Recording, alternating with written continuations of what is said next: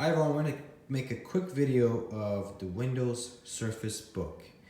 Now, I've had this laptop for more than a year now, and I just want to go over the quick pros and cons of this laptop so you're just aware of it.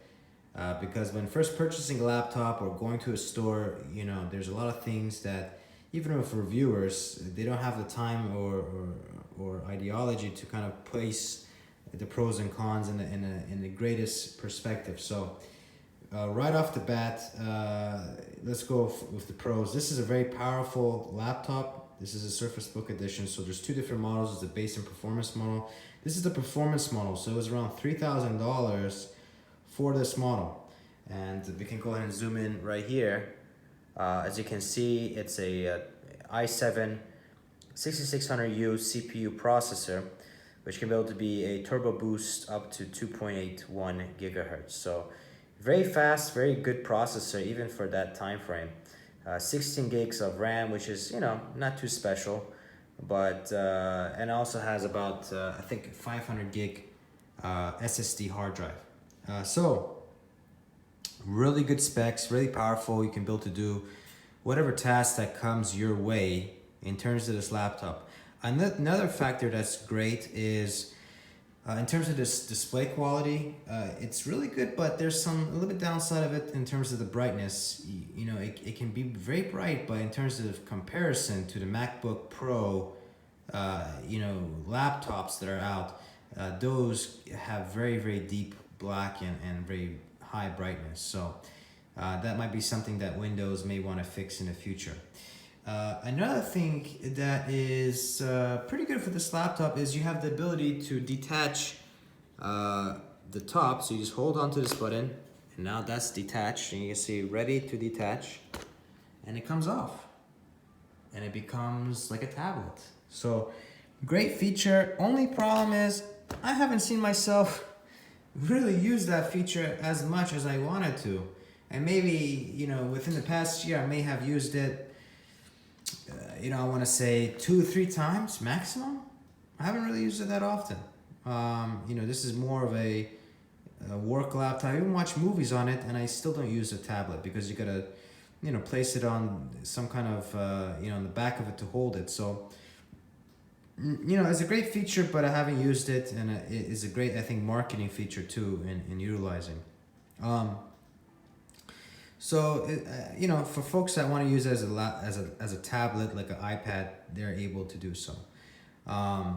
Another great feature is you've got several USB 3 inputs.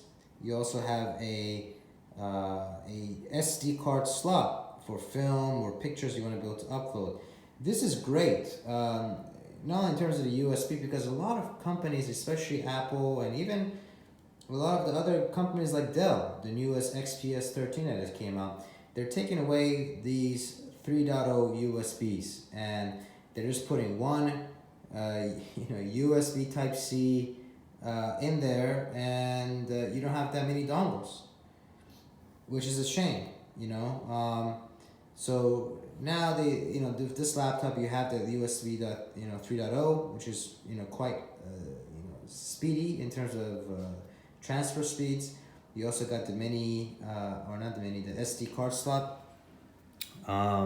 The keyboard is another thing. It is really, really good in terms of the touch base and the feedback. This really responsive and great in terms of the feeling and touching of it. You've also got a mini DV display port right here, and this is for the power and charging the laptop. It also has as you can see here, it has a headphone jack. These are the vents for hot air to come out of the top end, and you also have some vents down over here on the corner. Let's go in the back. You've got a camera for facing the back, and you also have a camera for the front. It's a very nice looking laptop. Put some stickers on here, but aside from the stickers, the display is great. You've got tablet functionality. It looks amazing, looks very clean and sophisticated. There's no ability to open this laptop up. So as you can see here, everything is closed up. There are no screws, everything kind of glued in. So if you want to be able to mix and match or update the RAM, if you want to update the you know, not only the RAM and the memory, but also the hard drive, good luck with that. I've also researched on how to do that, and it is very tough. You're gonna have to have a lot of tools in doing that. You have to be very precise.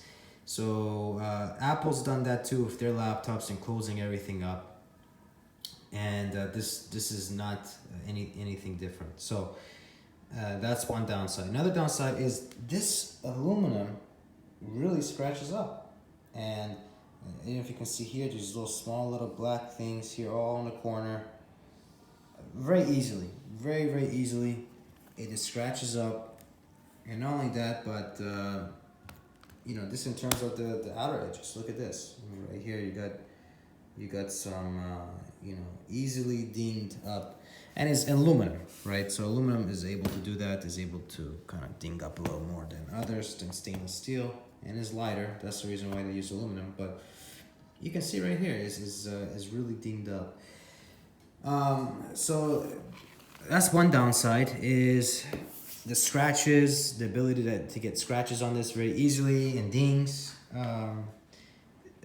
One downside. The second downside, it is heavy. This is a performance model laptop. There's a base in performance. Performance is a little bit heavier than the base. It's not by much, but it's a heavy laptop for a 13-inch, you know, component to use. So, you know, I think that in comparison to a lot of other laptops that are out, that have been out for a while, they're less heavier than this. So I've been traveling throughout the world, as you can see here from these stickers. So, you know, carrying it can be a nuisance, and, you know, honestly, I don't want to even carry it because it just brings up the heavy weight in your book bag. So that's another downside. A third downside is in terms of water getting into the laptop. Now, I've had a issue once in the beginning where it was under warranty, but water had gone into the vents, and now there's not only vents here on the side, but there's vents here as well, because there's two different components working together. You got the bottom piece here in the keyboard, and you got the top tablet area. So they both have to be cooled. So this area here is a vent. So water went down in there, and literally the laptop stopped working, which is a shame, you know, but big issue in terms of that. So make sure not to spill anything on it. I know the ThinkPads have a better ability in terms of you know, working even after spills, but just keep that in mind in terms of that. So that's just a quick review of it. It's a very fast laptop because this is the performance model. Is over $3,000 for this laptop. So when first purchased, I don't know how much it is now, but you know, the performance is still amazing even after 1 year. And the battery life, let's go into the battery life. I have it on right here on best battery life, and I'm getting about 11 hours and 5 minutes is stating, right, at almost 100%. So is that honest and true? Yeah, it's honest and true when you have, you know, you're not running extensive applications, you're not watching, you know, certain videos or music. You know, if you're playing music and listening to it on the background and browsing through the web, that 11 hours will go sharply down to 5 or 6 hours maximum. You know, and your performance, because it's best battery life, your performance is going to be very low. So this prepare yourself for you know, some lag when utilizing the laptop. But if you put it to best performance, you know, the brightness goes up, the performance goes up, and then the battery goes way down. You know, it's probably going to be, you know, I've seen the battery life last, you know, with some usage of editing and you know, internet and such, I've seen 2.5 hours, 2.5, 3 hours maximum.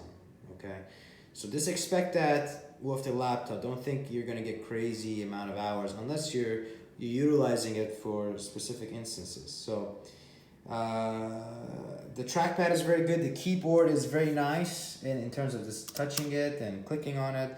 It's been great over time, and not messing up. The touchpad is very good. It's very responsive. It's got haptic feedback. The camera itself, the front is not bad. The back is okay. You know, you're not gonna get like iPhone, X pictures or anything like that. They're decent, right? The speakers are not too bad. They're okay. They'll do the job. But I think the MacBook Pro 16-inch, those speakers are a lot better. They're louder. They're more crisp. They have better bass. Just everything in general. So, and I think that's about a $2,700 laptop. And again, this is over $3,000. So you would imagine that the specs would be a little bit closer to that, but the 16-inch didn't come out a year ago. It came out fairly recently. So anyways, that's a quick review of it. I hope this was helpful. If you guys have any questions, feel free to post it below, and I'll be happy to answer them. And if you guys have a Surface Book, I'm happy to hear your suggestions on what you've been, your feelings on your laptop. And press the like button, subscribe for more videos in upcoming time. Thanks.